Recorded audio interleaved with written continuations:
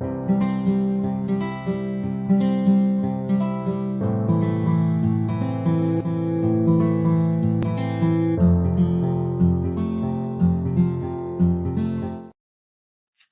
it's Tiffany, Lorraine Galloway, certified high performance coach with another episode of the Resilient Mother podcast.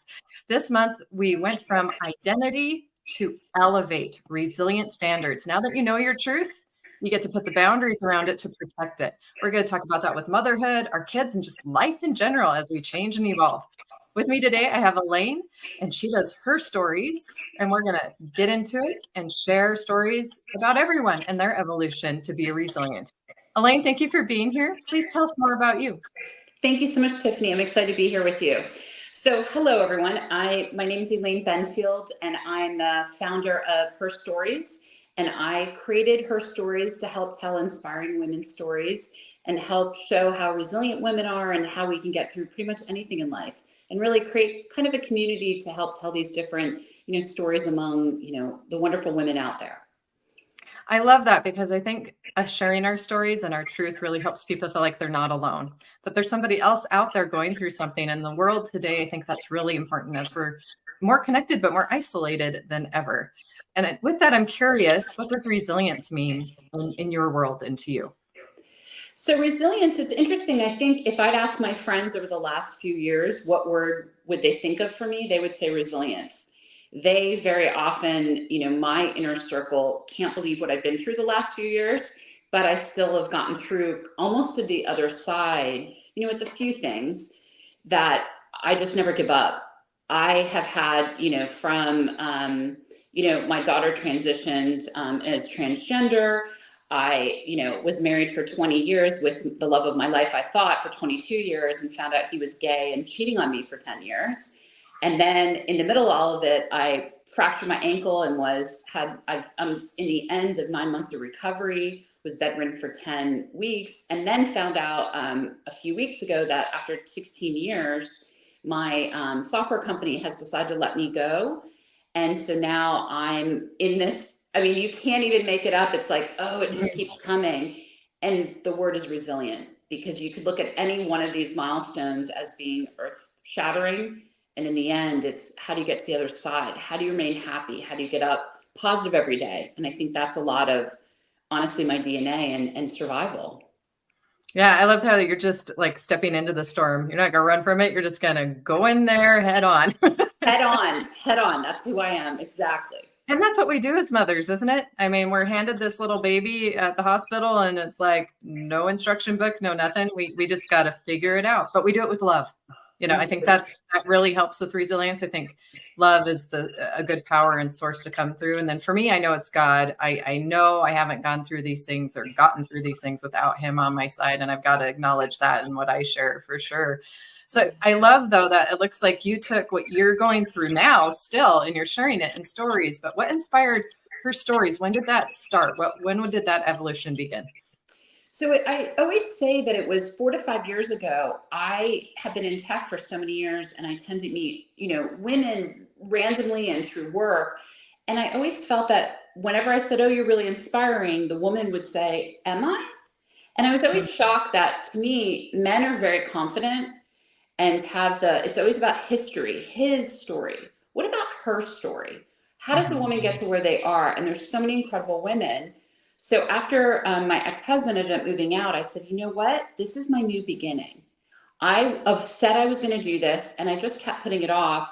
I don't want to say, I think in retrospect, I probably put him more on a pedestal and focused on his, direction and his, ability to shine. And somehow my light was a little dimmed. And the minute that happened, I bought the rights to Her Stories. As you see, I have a sign of Her Stories. I knew that this was something that I'm just really passionate about and really wanted to do. So it's been about 16 months of me doing it. And I had a full-time job. So I joke, it's my labor of love, but I'm so fulfilled by this next path. I'm sure you can understand. It's just finding something. And every time I get off the phone with another inspiring story, I'm just, moved and see how we can really elevate women in the world and everyday women.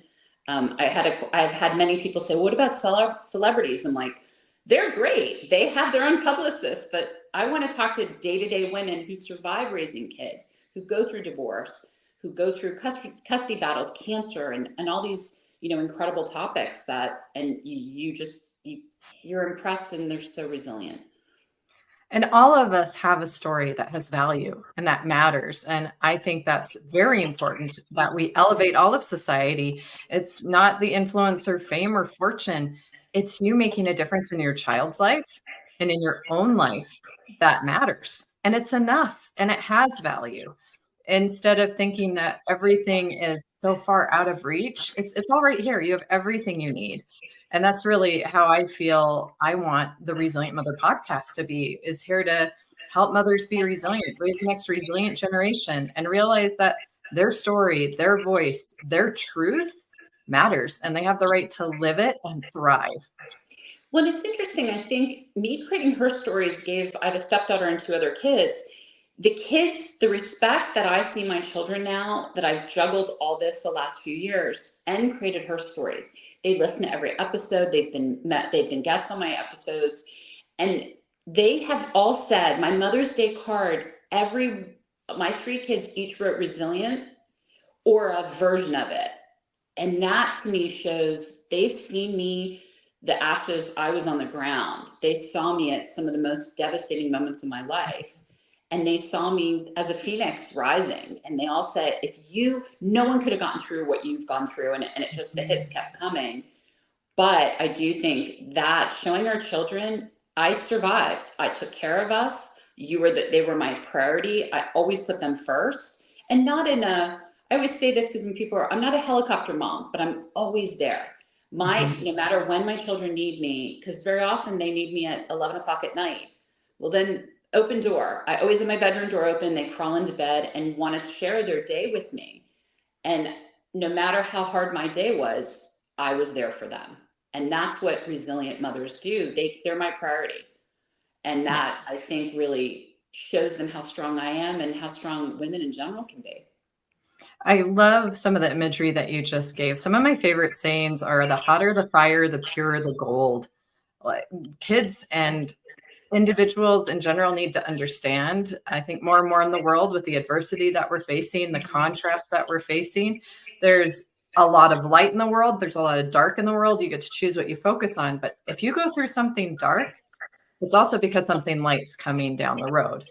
You were entrusted with that for a reason. It's creating greater depth in your character. It's creating greater empathy. It's creating better understanding of humanity and how we can connect to each other. Because there's no easy ride through life. It's a roller coaster, baby.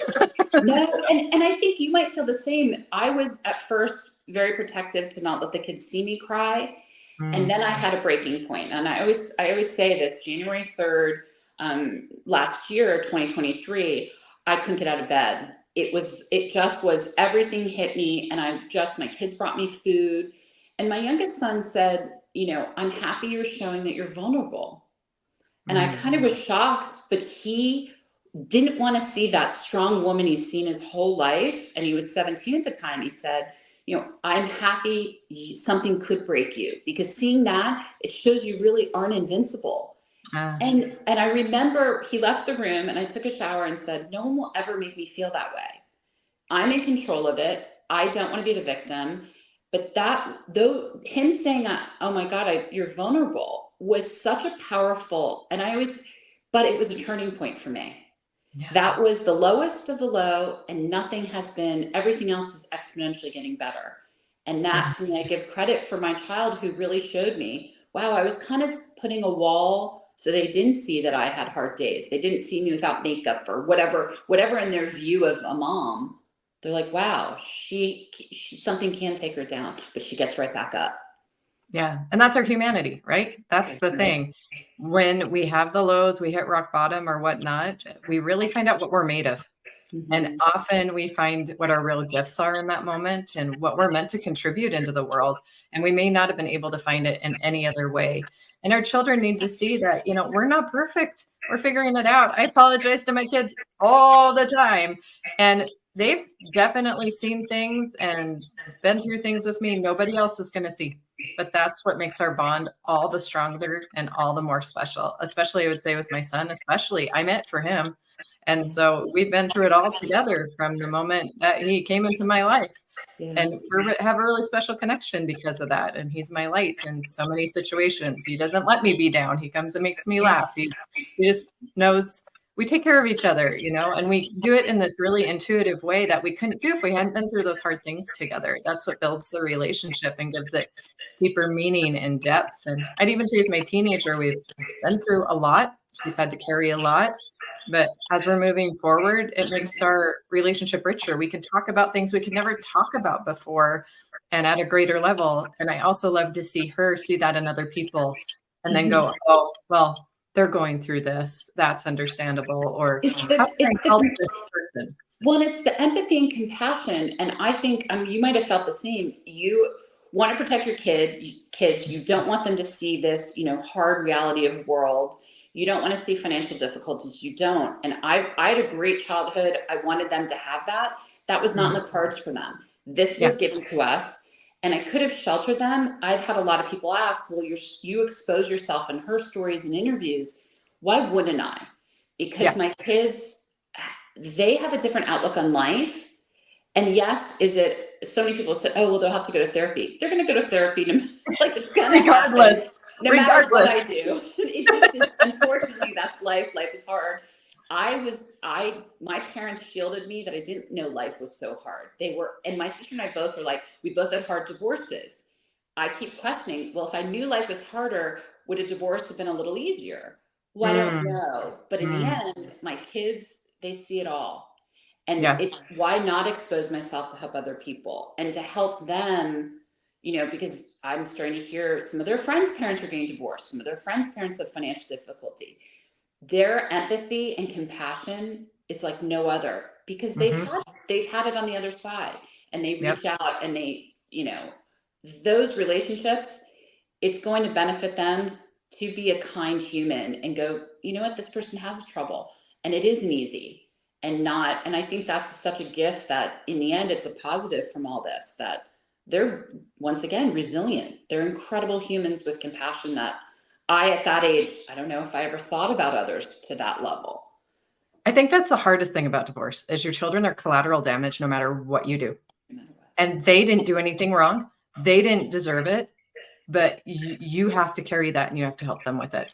And you just do. And I know I struggled with that for a while. I'm just like, I've ruined my kid's childhood, but I had to get out. I had to leave. It was the right thing to do. I'm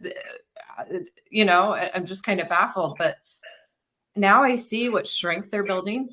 I see their understanding being deeper because I, like you, maybe it was the generation we were raised in, but ignorance is not bliss. Somebody's going to take advantage of the fact that you're so sheltered. I know I was when I left home. There was so much culture shock and people just wanted to corrupt the little good Christian girl. That was like their fun of like exposing me and shocking me and putting me in states of like trauma or triggered because it was like I was never prepared to cope with life as it really was. For some reason, the package was get married, you'll be safe in marriage, and you'll have this traditional family, and everything will be fine. That's not what happened at all. And now I have the knowledge I wish I had 10 years ago, 20 years ago, after all the hard knocks instead. I so much would rather have my kids informed and armed and ready. And in the world today, you're kidding yourself if you think you can protect your kids. I'm sorry, but there are too many messages, too many resources that are bombarding your kids. If you're not going to inform them and take that intentional action, somebody else is going to inform them. Well, I think I hate using the word betrayal, but it's also part of, being cautious. I do feel that, are my kids going to have harder times with relationships? My parents were married for 44 years. That's the image I had until my father passed away. But my kids now, I think they're a little jaded on the dating, but it's also reality that if someone's going to cheat on you, they're always going to cheat on you. And is that what you want as a human? And would you ever do that to someone? I truly believe in, my kids have seen what I've gone through with betrayal. I really believe they're going to be better partners and look for partners that are not going to do that to them. Yep. I had my blinders on. I just was so in love, and I thought he was my soulmate. I thought I was going to die with him. And now I can look and go, okay, for whoever my next partner is, if you've cheated, I'm so sorry. I don't know if I ever can trust that. And Yep. that's okay. But there's a lot of good people out there that I think just, betrayal is one of those things that you have to be cautious in life. And I hate to say it. And people are like, oh, you'll be scarred forever. Yeah, potentially, but I'll never be hurt the way I was this time. And I'll find a way to, find someone that fits in my world. And I think the kids have seen that. Well, and I think something we can talk about too here that came to mind is, last month was resilient identity, like helping our kids learn their truth. So much of this now that we're talking about is how do we protect it? Because they're going to see hard things, go through hard things, and helping them be resilient to stepping back and letting them have some of those consequences. But I think the thing that we're trying to find here as moms, especially in the world today, are what are those boundaries we put around them to still allow them to explore their agency and their choices of how they're going to elevate themselves, what their standards of life are going to be, without losing the opportunity to learn, without taking away the opportunity to become resilient. Can you speak to that a little bit? Yeah, I mean, I think it's one of the hardest things that, my kids have all figured out who they are. They're 24, 19, and 18, but they're still learning and they're young adults. Mm-hmm. And I think I always say I'm most protective probably of my youngest because he was here he saw it more probably than the other two, but his kindness and the direction he wants to give back in the world. And I feel my job is to really foster that for him, that how does he become who he's meant to be? His innate goodness and kindness. In his graduation, he went to a really small school, graduating with 17 here in Atlanta. And the head of school gave a little dialogue of each child.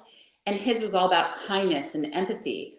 But I'm worried he'll give too much of himself and won't worry about himself enough.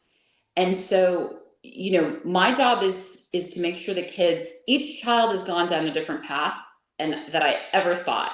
I thought my stepdaughter was 100% going into STEM. Nope.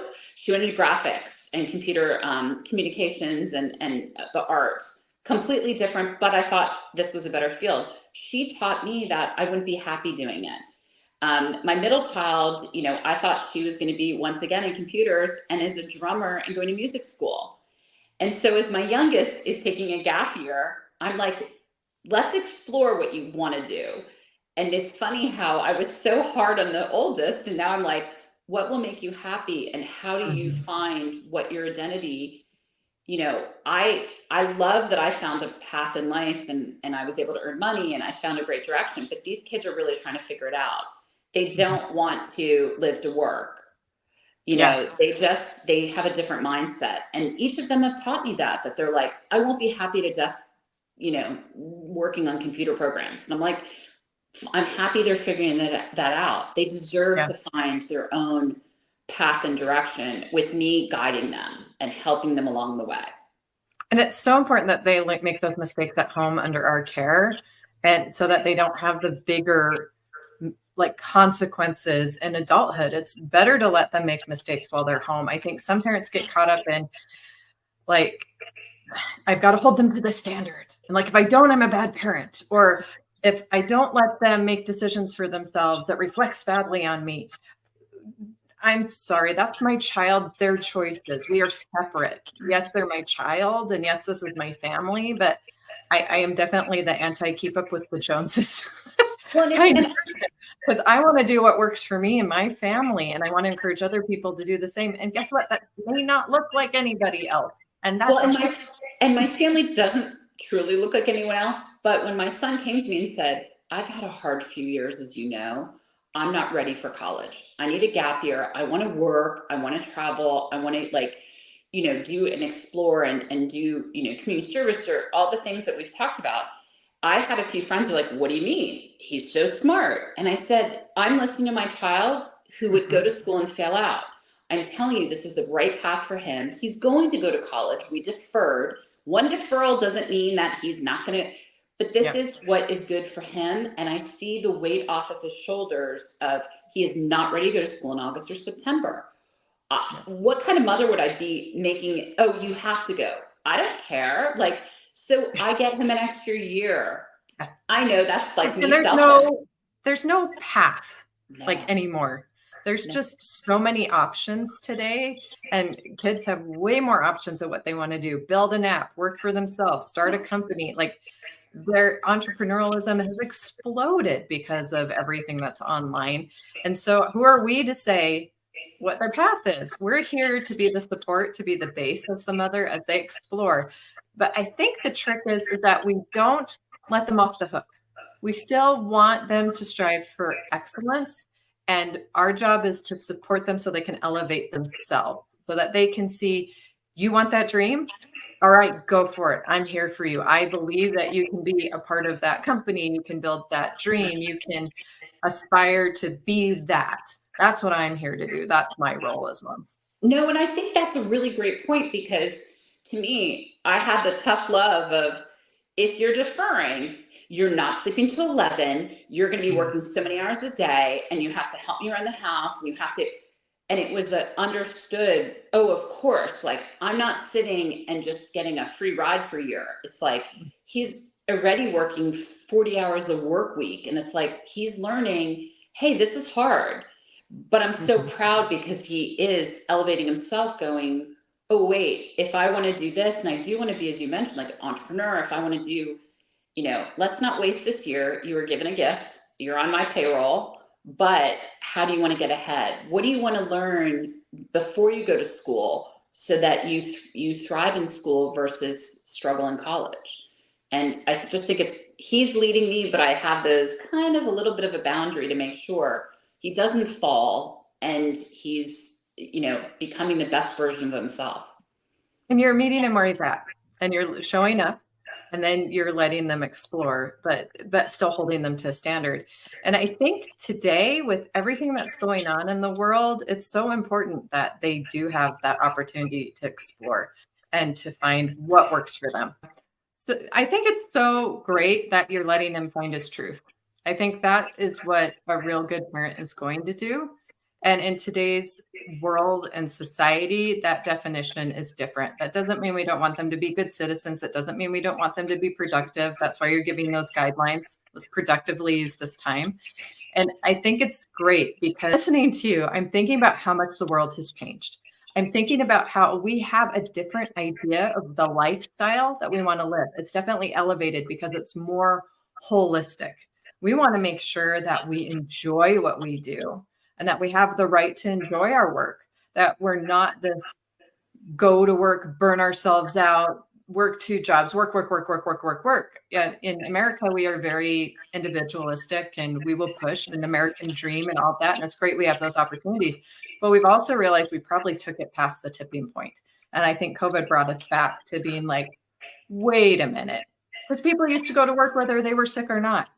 And now we flip to the other side of, oh, I'm sick, I coughed, I can't come in.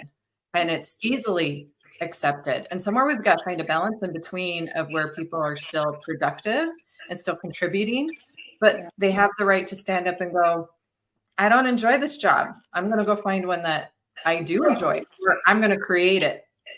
And I do think the younger generation has learned, like I feel that, boy, you didn't shift jobs as much. You didn't every few years. If you didn't like your manager, you leave the company. And I know the market's challenging in many fields, but you still have the freedom to do that. That has not been the DNA that I grew up. You picked your field and you were in it, period. Yep. And now I'm seeing my kids go, well, I thought my degree's in this, but I don't love that. I like this. And they're exponentially, to me, going to be happier. I'm not saying they're not going to struggle, but I also think they've said to me, we never want as big as the house we have. We don't want the fancy cars. We don't, all the different things that they look, and I don't want to say they judge me, but go, you worked so hard for those things. I kind of want an easier life and not have the extreme. And that also makes me happy going, but then in part of it, we've traveled all around the world together. I'm like, just know you still love some of those things. Yeah. And that's where it's kind of teaching them the balance of, okay, that's great. You don't need this house and you don't need those cars, But to live in America, it's expensive. So there has to be a baseline, and save and be careful. And so I'm trying to instill that balance. But I do agree that they're finding their direction and what makes them happy, which is amazing. Yeah, and they'll thrive more because of it. And I think society moving towards like 4-day work weeks with the 3 weeks off or 3 days off, 4-day work weeks with 3 days off, are finding that people are more productive. We need to be a whole person. And when we love what we do it better. We see that with our kids. We find their truth. We find how they like to do something and we embrace it. Like my kids don't clean the way that I clean. They don't do half the thing, cook the way that I cook. Hey, they're cooking, they're cleaning, they're finding their way, they're finding their path. And that's important that I just embrace, oh, that's how you do that. Oh, that's how you choose to do that. Okay, it's different than me. That's fine. That's okay. But if I don't give them that room, how are they going to know who they even are when they go out into the world? Well, you know what's interesting? It took me to get divorced to be a better mom. Because I definitely have OCD tendency, cleanliness freak, organizational freak. And I didn't realize that my ex-husband triggered me a lot. And I would say this to his face, that, and that to me, now the kids see a little bit more relaxed. We've also had family meetings where we talk about, can you help me? Can you turn the dishwasher at night? I'll get it in the morning. And we've had those basic conversations of, we're all partners. We all live together, but it's their responsibility to help me. I don't freak out as much as I used to, because I've been so open going, we're a team, we're a unit, and we're all together helping each other equally. And yes, I think one child does a little more than the other. It is what it is. We're trying to, shift balance. That always happens. But I do feel that because we're a unit, there's something better that the kids, like, they're all learning how to cook and they're all learning how to, have those responsibilities that I probably would have kept doing if I was still in that previous relationship. And now they're learning to be better adults, and they'll be better to live with, because I'm like, did you clean your room? This is no longer like, I know that your dad was this way, but and they're learning that to be a good, partner at some point, you don't need to necessarily, have a really messy room or all these different, or messy dishes or sink. And I think that's also helped us be stronger as a unit. Well, my kids, I have shared custody with at least my girls. And so it's interesting because my ex got remarried before I did. I guess it's just easier for guys, just playing it out there. It's easier for you guys. I got to be mom all the time. And so they're seeing two different ways of life. And I have to embrace that too. And I have to remind them too, I'm one person. They got two people over there. It's going to be a little different. And that his household and the way he runs things. And you're going to like some of the things they do over there. Yeah. Okay. Decide how you want to incorporate those. But this is how we do things here. And decide what you like here and keep those. And the things you don't like, you get to throw out at some point and you get to do it different. And I'm okay with that. I want you to do better than me. I want you to be more successful than me. I feel like that's the whole point of me being your parent. Yeah. Well, and I had the same with my stepdaughter. I've known her since she was 2. So for 22 years, she's been in my life. And she's a fabulous mother and a stepdad. But every time she went over the house, the rules are different. And she would come back and we're like, we have to acclimate her again, because the rules were night and day.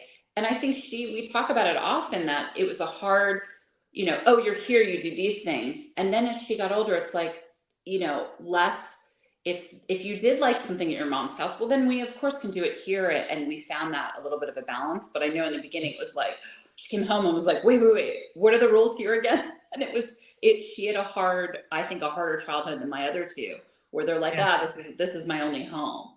And so it's definitely finding what works.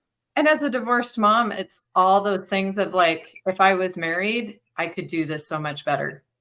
If I had a partner, I could do this so much better. And it's hard not to fall into that, instead of just understanding that it's still your motherhood. It's still sacred. It's still your family. And what you're doing is enough. And the fact that you care and that you're holding yourself to a standard and you're working on elevating yourself says a lot, because you didn't give up and just go, I'm the victim. All right, life is over because I'm alone and this is hard. And that's why Resilient Mother is not about that. It's about fighting for it, fighting for still living your truth, because I love the saying that, I never planned on being a single parent, but I always planned on being a good one. But that's going to look different. And that doesn't mean I don't want a partner someday. But like you, I'm going to be super picky about who that person is now after what I've been through, because my kids are part of the equation. We're a full package. And if it's going to be better for me to be their parent alone, I'm going to accept being their parent alone versus with the wrong person, because they've got to add value and bring something to this equation that makes sense and that adds to my life, doesn't take from it or make it more complicated. Because and my add kids, to your kids and add to your kids' lives. To me, yeah. someone has to fit in our family. Mm-hmm. As someone, and I would like to be with someone that would feel the same way about me adding to their family. Yeah. If someone's not going to put my kids first and want to put their kids first, I don't want to be with them. Because I want to be a mother before I want to be a wife. Like, or in the end, I'm like, a motherhood is everything to me. That's, a wife is, okay, that's great. I did that for 20 years, but it didn't work out. But I'm forever a mother. And that to me is the most important job that I could have ever had. And it's a job I wanted as a little girl. I always wanted to have kids. So to me, why wouldn't I put them first and make sure that if they don't like someone that I'm dating, they're gone, period. That's okay. They can be, and they joke they're going to be part of my, what is it, like they've come up with like some welcoming committee or something. They want to like judge, like make sure they're good enough for me as well. And it's hilarious to hear these conversations of like, so can we be part of the review? This is what we want from mom. This is what we think she needs. This is what she looks for. But I love that the kids don't mind you holding yourself to a higher standard. What I find sometimes is some people, well-meaning, but I just want to put this out here. Oh, you're divorced. Well, let's find you somebody. Let's fix this. Let's make you, especially in a conservative community like I'm in, let's get you back on the program. Like, let's find you somebody. And it's like, it's not that simple today. It's really not, because a lot of people are a hot mess or in the middle of the mess, or they haven't quite gotten themselves there. And so it's not as simple as it used to be. I think back in the day, maybe it was simpler to find somebody else, but today online, people can lie. There's so much deception that it's important that we as mothers hold ourselves to that higher standard. We're allowed to want more for ourselves than what we had before, not just a replacement of what we already had. That's not what we want. No, not at all. But it's also, I look at it as, if someone doesn't fit in my world, I have a great world. Yes. I'm okay being single, because so many people are like, oh, are you going to get remarried again? I'm like, I'm not even interested in dating yet. Like that to me, and that I'm really good with it. I think some of my friends struggle with that. Like, you're such a great catch. It's like, yeah, but I'm also super independent. I don't need someone. And that also makes it intimidating. And I'm a powerful, like, it is, but the kids are like, there's someone out there. There's someone that's going to go, she's the baller. She knows she can do everything. She's this, superwoman. And I love that the kids are like, don't settle. They're all supportive of that, but they're also supportive of when you're ready. Yes. And that, I think, because, my ex-husband had the time lapse of was with his, partner before we were even remotely, I didn't even know. So I look and go, that's okay. That's the path he wanted. But to me, I'm like, no, I'm almost there. I'm divorced almost a year in August. I'm like, okay, I'm slowly getting excited for like the possibility, which is great because my kids are in good places. I wasn't ready before because they were, they needed help. They needed to survive this as well. And I really think it's important to emphasize that you got to be a whole person first. And you only know when you're in that place. And then you attract the right person when you're not even trying, versus when you're seeking it, or you're anxious about it, or you really need it, or you're desperate for it. You don't attract the right thing. You're just not on the right frequency. And I think it's funny too, because I've had people just think, oh, she's got it together. She has somebody. She surely has somebody. And it's been hilarious to me because I'm like, who is this imaginary person y'all made up for me? Because he sounds great. Like, but where is this person that you made up for me? I don't have with anybody. Are you kidding me? Between the kids and school and all the things that I'm doing, when does this person exist? So, and I think it's so different. You said it earlier. My ex-husband lives with his partner. I don't even have a chance going on a date without the kids being like, where are you going? What you doing? What do you like? Right. There is no alone. Like, I don't even, and yes, I can figure it out. I'm not saying that I'm a grown up, but I also think to have that relationship, to be ready to move in with someone, God, I don't even think that's going to happen in another year. Like, that's just being reality. Like, I'm going to take my time and be slow about this. And that's, I also think funny because people are like, well, of course, men very often can move on pretty quickly. And I'm just not that person. And that's okay. Yeah. Well, and we're mom and the kids need mom, and it's great when they have both parents, and they should be involved as much as possible. Kids with 50-50 custody do better.